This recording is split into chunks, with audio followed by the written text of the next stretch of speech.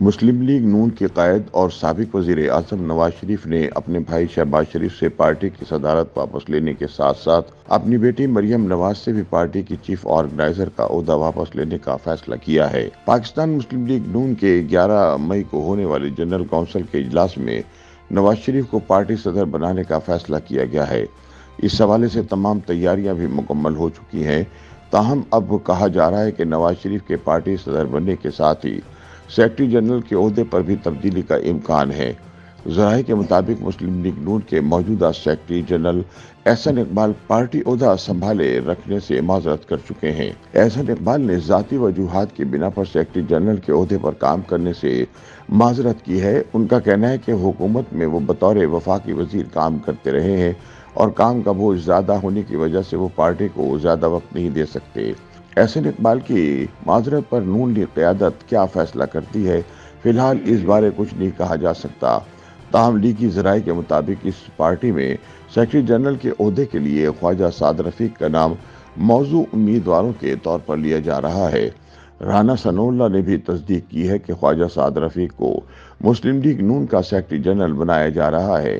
خواجہ سعد رفیق فی الحال پارٹی کے نائب صدر کے طور پر کام کر رہے ہیں۔ دوسری طرف لیگی ذرائع کے مطابق جلد مسلم لیگ نون کی سینئر نائب صدر اور چیف آرگنائزر کی تبدیلی کا امکان بھی موجود ہے۔ واضح رہے کہ مسلم لیگ نون کی سیاسی تاریخ میں مریم نواز وہ پہلی خاتون ہیں جنہیں سینئر نائب صدر اور چیف آرگنائزر بنایا گیا تھا۔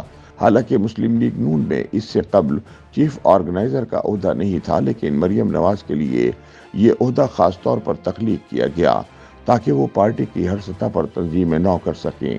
مریم نواز اس وقت بھی پارٹی کے ان عہدوں پر فائز ہیں۔ ذرائع کے مطابق شہباز شریف کی پارٹی صدارت سے چھٹی کے بعد مریم نواز سے بھی چیف آرگنائزر کا عہدہ واپس لیا جا سکتا ہے۔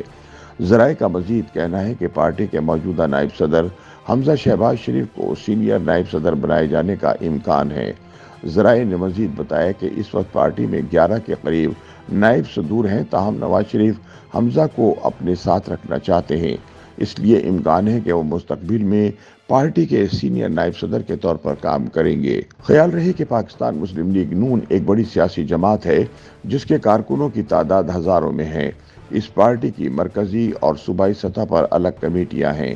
2018 میں شہباز شریف کو پارٹی کا بلا مقابلہ صدر منتخب کیا گیا تھا، جس کے بعد اب دوبارہ سے پارٹی کی باغ ڈور سنبھالنے کے لیے نواز شریف کو پارٹی صدر بنایا جا رہا ہے۔ اس حوالے سے لاہور میں پنجاب کی صوبائی تنظیمی کمیٹی کا اجلاس ہوا تھا، جس میں نواز شریف کی پارٹی صدارت سے متعلق قرارداد منظور کی گئی تھی۔ اس اجلاس میں نواز شریف سے دوبارہ پارٹی صدر بننے کی درخواست بھی کی گئی تھی۔ پاکستان مسلم لیگ نون کی 2 کمیٹیاں ہیں، جن میں سینٹرل ورکنگ کمیٹی اور سینٹرل ایگزیکٹو کمیٹی شامل ہے۔ سینٹرل ورکنگ کمیٹی کے 109 کے قریب ارکان ہیں۔ اس کمیٹی میں چاروں صوبائی صدور، سیکرٹری جنرل اور انفارمیشن سیکرٹری سمیت دیگر عہدیدار شامل ہوتے ہیں، جبکہ سینٹرل ایگزیکٹو کمیٹی تقریباً 27 ارکان پر مشتمل ہے، جس میں پارٹی کے چیئرمین، مرکزی سیکرٹری جنرل، سینئر نائب صدر، مرکزی سیکرٹری اطلاعات، مرکزی ایڈیشنل سیکرٹری جنرل اور چیف آرگنائزر سمیت تمام دیگر عہدیدار شامل ہیں۔ اس کمیٹی میں پارٹی کے صدر کے لیے امیدواروں کے نام پیش کیے جاتے ہیں، جنہیں بعد میں پارٹی کی جنرل کونسل کے اجلاس میں پیش کیا جاتا ہے۔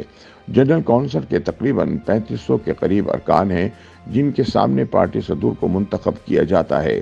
اگر کوئی امیدوار صدر کے مقابلے پر الیکشن لڑ رہا ہو تو اس کے لیے باقاعدہ طور پر جنرل کونسل کے ممبران اپنا ووٹ کاسٹ کرتے ہیں۔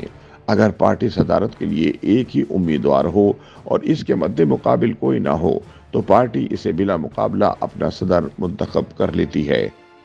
YouTube پر گوگلی نیوز دیکھنے کے لیے youtube.com کی سرچ بار میں googly news T V type کریں۔ گوگلی نیوز کے پیج پر سرخ رنگ کے سبسکرپشن والے بٹن پر کلک کرنا نہ بھولیے۔ YouTube پیج پر اپلوڈ ہونے والی ویڈیوز سے باخبر رہنے کے لیے بیل آئیکن پر کلک کیجیے۔ آپ کو ہر نئی ویڈیو کے بارے میں نوٹیفیکیشن موصول ہو جائے گا۔